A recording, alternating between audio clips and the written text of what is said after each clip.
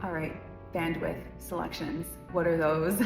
We've been getting these questions so much lately. Thin band, standard band, what are those measurements exactly? Please help us out. So the reason why we have added this customization on the website is because we want to visually give you a chart, which is available right above the selection, that gives you general measurements for each kind of categories, if you will. A few things come into play when we make recommendations for bandwidth.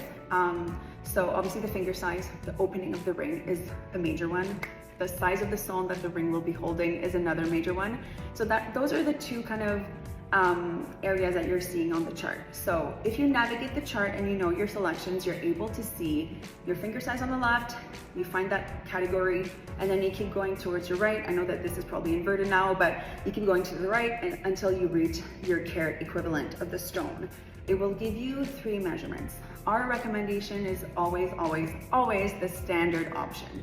We do offer a thin option, which is about 1.1 millimeter thinner, just because we know that some people are keen on having a thin band. That said, it's only 0.1 millimeter of a difference. Truthfully, you're not really gonna see that on your finger. We would highly recommend just sticking to the standard. But we do give that option as a thinner option. You can also obviously upgrade to a wider band, which is another option, and then you can always reach out to our team with the specific width that you're interested in, and then we can quote you accordingly. You will also notice on the chart, so I'm talking about the plain band option up top. We also have the pavé band as a second chart. So as you can imagine, the pavé band essentially has holes, little pockets that the gem pavé, the melee stones will come into, and they will sit there essentially. They need space to fit within your band.